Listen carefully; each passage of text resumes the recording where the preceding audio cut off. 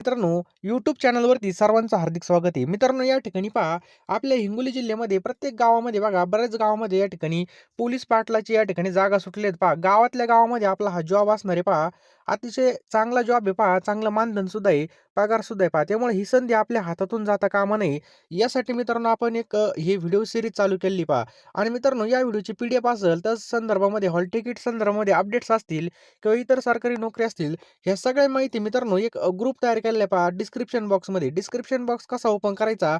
जे काही आपलं व्हिडिओचं टायटल आहे किंवा जे काही नाव आहे पहा, त्या नावावरती क्लिक केल्यानंतर या ठिकाणी आपला डिस्क्रिप्शन बॉक्स ओपन होईल आणि त्या ठिकाणी ढळढळीत लिहिलेलं आहे आपण की WhatsApp ग्रुप जॉइन करण्यासाठी लिंक.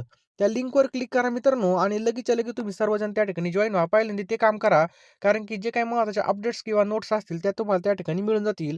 चला मित्रांनो, आता आपण प्रश्नाकडे वळूयात, कारण की खूप खूप महत्त्वाचे प्रश्न असणार आहेत. प्रत्येक प्रश्नाला आपल्याला 3 सेकंदाचा वेळ मिळणार आहे आणि प्रत्येक प्रश्नाचं उत्तर कमेंट बॉक्समध्ये व्हिडिओ थांबून टाइप करायचं आहे बघा. हा जर तुम्ही टाइप केलं तर हा प्रश्न तुमचा कायम डोक्यामध्ये फिट होईल किंवा तुमच्या माइंडमध्ये कायम राहील. चला जास्त वेळ घेत नाही. पहिला प्रश्न आहे मित्रांनो या ठिकाणी आपला, की हिंगोली जिल्ह्याचं मुख्यालय कोणत्या ठिकाणी आहे? अतिशय महत्त्वाचा प्रश्न आहे मित्रांनो. सर्वांनी याचं उत्तर टाइप करायचं आहे बघा. आता हिंगोली जिल्ह्याचं मुख्यालय कोणत्या ठिकाणी असणार? द्या उत्तर, आपल्याला 3 सेकंद मिळतील. तर हिंगोली या ठिकाणीच असणार मित्रांनो. ऑप्शन क्रमांक 4 आपलं योग्य उत्तर आहे. 1 मे 1999 रोजी परभणी जिल्ह्याचं विभाजन करून कोणत्या जिल्ह्याची निर्मिती करण्यात आली? चला द्या उत्तर. अतिशय IMP पहा. 1 मे 1999 रोजी परभणी जिल्ह्याचं ज्यावेळेस विभाजन झालं, त्यावेळेस बघा कोणत्या जिल्ह्याची निर्मिती झाली? कोणता असणार? आपल्याला माहिती आहे बघा, आपला हिंगोली जिल्हाच तयार झालेला आहे पहा. लक्षात ठेवायचा आपला हिंगोली जिल्हा. समजलं? पुढचा प्रश्न आहे या ठिकाणी पहा, हिंगोली जिल्ह्यास एकूण किती जिल्ह्याच्या सीमा लागून आहे? चला द्या उत्तर. खूप महत्त्वाचा प्रश्न आहे मित्रांनो, की हिंगोली जिल्ह्यास एकूण किती जिल्ह्याच्या सीमा लागून आहेत? चला द्या उत्तर. तर लक्षात ठेवायचं आहे ऑप्शन क्रमांक 1, 6 जिल्ह्यांच्या सीमा मित्रांनो लागून आहेत. मित्रांनो, हिंगोली जिल्ह्यामध्ये टिंबटिंब या ठिकाणी मत्स्यबीज केंद्र आहे. तर कोणत्या ठिकाणी मत्स्यबीज केंद्र आहे? तर भाटेगाव आणि रिद्धेश्वर या ठिकाणी मित्रांनो मत्स्यबीज केंद्र आहे, म्हणजे पर्याय अ प्लस ब योग्य आहे. हिंगोली शहर कोणत्या लोहमार्गावर वसलेलं आहे? तर मित्रांनो, नांदेड, पूर्णा आणि परभणी. लक्षात आलं? ऑप्शन क्रमांक ड याचं योग्य उत्तर आहे पहा. हिंगोली शहरातील काय प्रश्न आहे मित्रांनो, हिंगोली शहरातील ऐतिहासिक दसरा महोत्सवाची सुरुवात टिंबटिंब यांनी केली. तर कोणी केली बघा? मदन दास स्वामी. लक्षात ठेवा, यांनी केली पहा. नेक्स्ट आहे पहा, औढा नागनाथ या शहराचं प्राचीन नाव टिंबटिंब होतं. तर काय होतं मित्रांनो, आमदरकापूर हे नाव होतं पहा. लक्षात ठेवा, आमदरकापूर. हिंगोली जिल्ह्यातील टिंबटिंब हे ठिकाण प्राचीन काळी दारुकावन या नावाने ओळखण्यात येत होतं. तर कोणतं होतं मित्रांनो? ऑप्शन क्रमांक ड, औढा नागनाथ. समजलं? औढा नागनाथ हे आपलं योग्य उत्तर आहे पहा. भारतातील एकूण 12 ज्योतिर्लिंगापैकी ज्योतिर्लिंग महाराष्ट्रामध्ये आहेत. तर एकूण 12 ज्योतिर्लिंगापैकी किती ज्योतिर्लिंग आपल्या महाराष्ट्रामध्ये आहेत? तर याचं योग्य उत्तर मित्रांनो 5. लक्षात ठेवा, ऑप्शन क्रमांक 5 ज्योतिर्लिंग महाराष्ट्रामध्ये आहेत पहा. भारतामधील एकूण 12 ज्योतिर्लिंगापैकी मराठवाड्यामध्ये किती ज्योतिर्लिंग आहेत आपल्या मराठवाड्यामध्ये? तर 3 आहेत पहा. लक्षात ठेवायचं आहे, 3 ज्योतिर्लिंग आहेत. नेक्स्ट पहा, इसवी सन टिंबटिंब पासून औढा नागनाथ येथील ज्योतिर्लिंग मंदिर महाराष्ट्र शासनाने राज्य संरक्षित स्मारक शिल्प म्हणून संरक्षित केलं. ते 1964. लक्षात ठेवा, 1964. ऑप्शन क्रमांक ड, 1964 हे आपलं योग्य उत्तर आहे पहा. नेक्स्ट पहा, संत नामदेव यांचे जन्मगाव नरसी नामदेव कोणत्या तालुक्यात आहे? तर हिंगोली मित्रांनो याचं योग्य उत्तर आहे पहा. लक्षात ठेवायचं हिंगोली. वेळेमध्ये जास्त अभ्यास करण्यासाठी आपण या ठिकाणी 10,000 प्रश्नांची PDF तयार केलेली पहा. तर मित्रांनो, गावातल्या गावामध्ये नोकरी पहा, अशी संधी पुन्हा मिळत नसते पहा. आता ही भरती झाल्यानंतर जेव्हा ते रिटायर होतील किंवा जेव्हा जागा निघतील तेव्हाच भरती निघणार आहे. त्यामुळे गावातल्या गावात नोकरीचा चान्स कधीच सोडायचा नसतो पहा.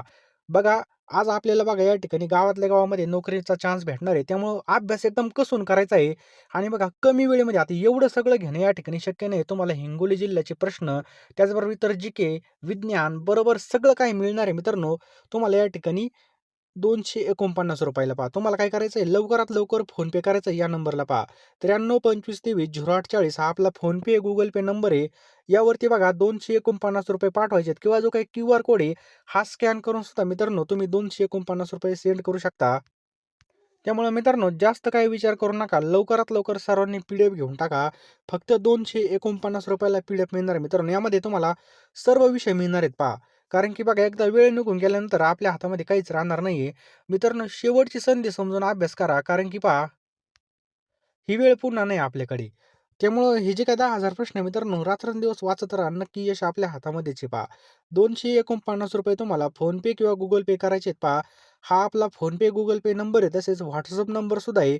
त्यामुळे लवकरात लवकर सगळ्यांनी ₹249 पेमेंट करा. मी तुम्हाला एका मिनिटामध्ये सगळ्या पी-डी-एफ पाठवून देईल पहा.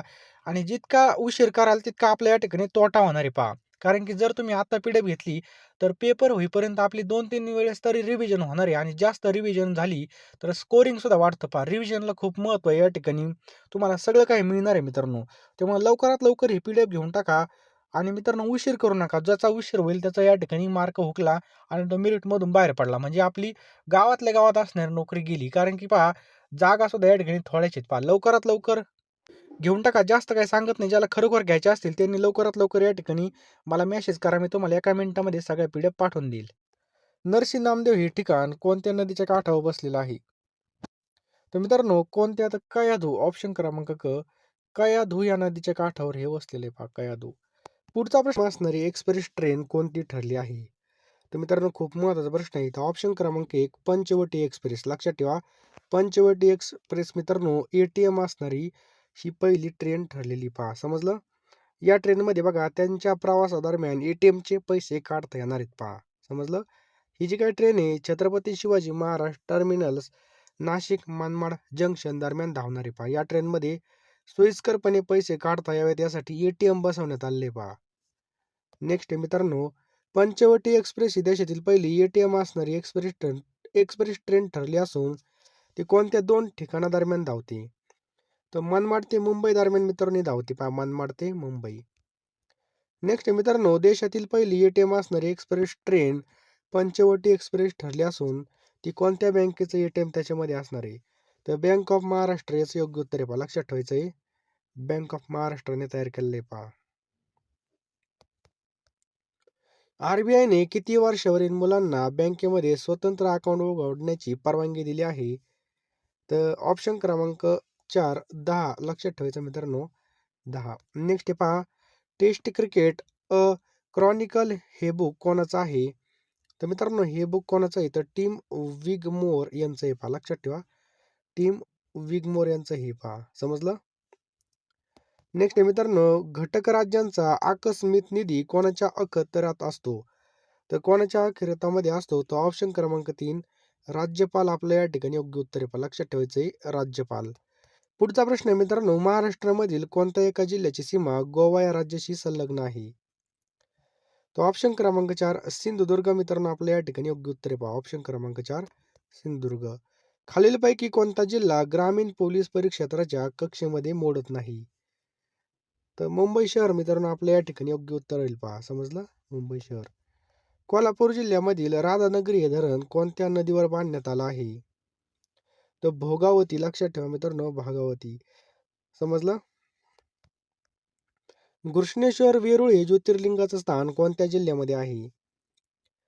तर लक्षात ठेवा मित्रांनो कोणत्या जिल्ह्यामध्ये आहे? तर छत्रपती संभाजीनगर हे आपलं याचं योग्य उत्तर आहे पहा.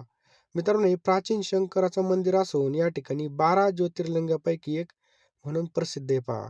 समजलं? छत्रपती संभाजीनगर जिल्ह्यामधील दौलताबाद पासून मित्रांनो 11 किलोमीटर अंतरावर वेरूळ लेण्यांजवळ हे मंदिर आहे पहा. शिवपुराण त्याच्यानंतर स्कंदपुराण रामायण महाभारत या ग्रंथामध्ये या ठिकाणाचा उल्लेख मिळतात पहा.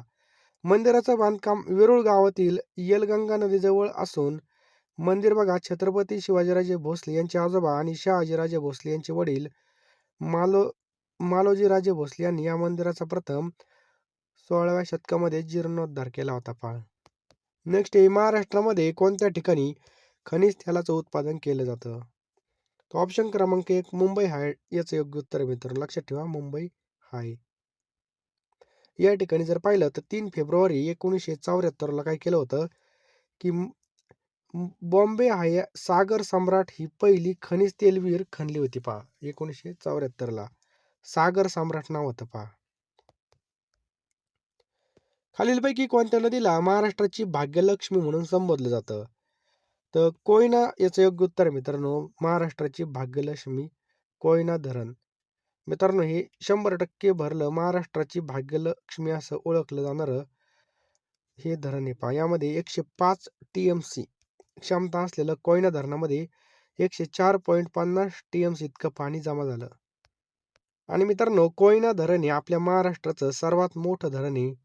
महाराष्ट्राचे तत्कालीन मुख्यमंत्री यशवंतराव चव्हाण यांनी या धरणाचं नियोजित बांधकाम करण्याचं ठरवलं होतं पहा. 1954 कधी 1954 ते 1967 या काळामध्ये धरणाचं काम पूर्ण झालं. सातारा जिल्ह्यामधील पाटण तालुक्यामध्ये, लक्षात ठेवा, सातारातील पाटण तालुक्यामध्ये हे धरण आहे पहा.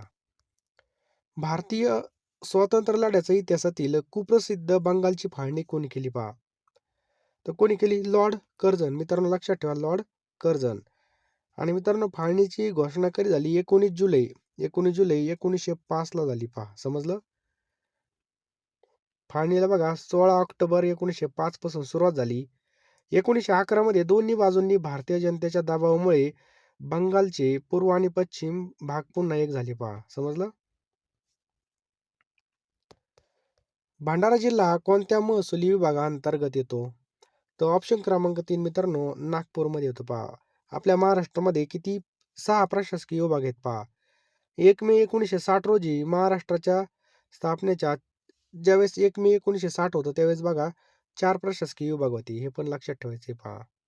मुंबई, कोकण, पुणे, पश्चिम महाराष्ट्र, मराठवाडा, नागपूर, विदर्भ. बरोबर.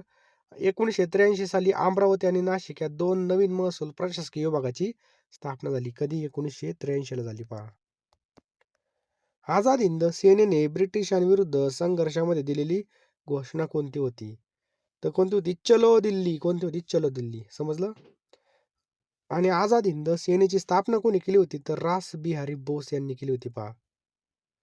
1942 मध्ये झाली होती. हिचं कार्य सप्टेंबर 1945 पर्यंत चालू होतं पहा. जगातील सर्वात लांब सागरी कालवा कोणता? तर कोणता मित्रांनो? सुएझ कालवा. लक्षात ठेवायचा आहे, सुएझ कालवा. हा एक इजिप्त देशामधील एक कृत्रिम कालवा आहे मित्रांनो. भूमध्य समुद्र लाल समुद्रांना जोडणारा हा कालवा 193.3 किलोमीटर आहे पहा. म्हणजे 120.1 मैल लांबीचा असून याचं बांधकाम कधी झालं होतं? 1869 ला झालं होतं पहा. याचा महत्वाचा उद्देश काय? युरोप आणि आशिया या 2 खंडादरम्यान सागरी वाहतूक म्हणजे मोठमोठाले जे काही जहाज आहेत मित्रांनो, त्या ठिकाणामधून जाऊ येऊ लागले. अन्नधान्यांपासून प्राप्त होणारी ऊर्जा कशामुळे मोजली जाते? तर मित्रांनो, कशामध्ये मोजली जाते? तर कॅलरीमध्ये मोजली जाते. लक्षात ठेवायचं आहे. कशामध्ये मोजली जाते? तर कॅलरीमध्ये मोजली जाते पहा. प्रत्येक व्यक्तीला काम करण्याची जी ऊर्जेची गरज पडते त्याला जसं आपल्याला बघा गाडी चालवायला पेट्रोलची गरज लागते, तसंच बघा आपल्याला काम करण्यासाठी ऊर्जेची गरज पडते. यालाच आपण कॅलरी म्हणू शकतो बघा. कॅलरी ऊर्जा मोजण्यासाठी एक काय बघा याचं युनिट आहे पहा. समजलं? पितळ या संमिश्रातील घटक कोणते आहेत? तर बघा ऑप्शन क्रमांकातील तांबे प्लस जस्त. समजलं? तांबे प्लस जस्त हे पितळाचं काय आहे पहा संमिश्र. नायट्रोजन या मूलद्रव्याचा अणुक्रमांक किती आहे? तर मित्रांनो, नायट्रोजन या अनुद्रव्याचा अणुक्रमांक किती आहे? तर 7 आहे पहा. लक्षात ठेवा, 7. प्रकाश संश्लेषण प्रक्रियेमध्ये सौर ऊर्जेचं रूपांतर खालीलपैकी कोणत्या प्रकारामध्ये होतं? तर रासायनिक ऊर्जेमध्ये मित्रांनो याचं योग्य उत्तर आहे बघा. लक्षात ठेवा, रासायनिक ऊर्जा. भारतामधील पहिली जलविद्युत परियोजना कोणती? तर कोणते मित्रांनो? शिवसमुद्रम. ऑप्शन क्रमांक 1 शिवसमुद्रम हे याचं योग्य उत्तर आहे पहा. नेक्स्ट आहे पहा, दार्जिलिंग हे थंड हवेचं ठिकाण कोणत्या राज्यामध्ये आहे? कोणतं? दार्जिलिंग.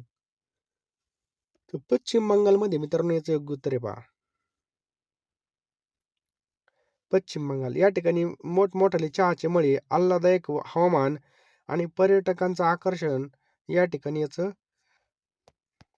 महत्वाचं काय पहा आकर्षण आहे पहा. अलीकडे टिंबटिंब या राज्यातील कालेश्वरन उपसा सिंचन प्रकल्पाचं उद्घाटन करण्यात आलं. तर मित्रांनो लक्षात ठेवा, तेलंगणा याचं योग्य उत्तर आहे पहा. लक्षात ठेवा, तेलंगणा राज्यामध्ये लिफ्ट पाणी पुरवठा योजनेचा समावेश असणाऱ्या कालेश्वरम प्रकल्पाचं या ठिकाणी महाराष्ट्राचे मुख्यमंत्री देवेंद्र फडणवीस यांच्या उपस्थितीमध्ये उद्घाटन झालं. पहा ऑप्शन क्रमांक 1 तेलंगणा. भारतामध्ये सोयाबीन उत्पादनामध्ये अग्रेसर असणारं राज्य कोणतं आहे सोयाबीनच्या उत्पादनामध्ये? तर मित्रांनो, सोयाबीन उत्पादनामध्ये कोणतं राज्य अग्रेसर आहे? द्या उत्तर सर्वांनी. चुकलं तरी चुकू द्या, परंतु व्हिडिओ पॉज करून कमेंट बॉक्समध्ये नक्की टाईप करा.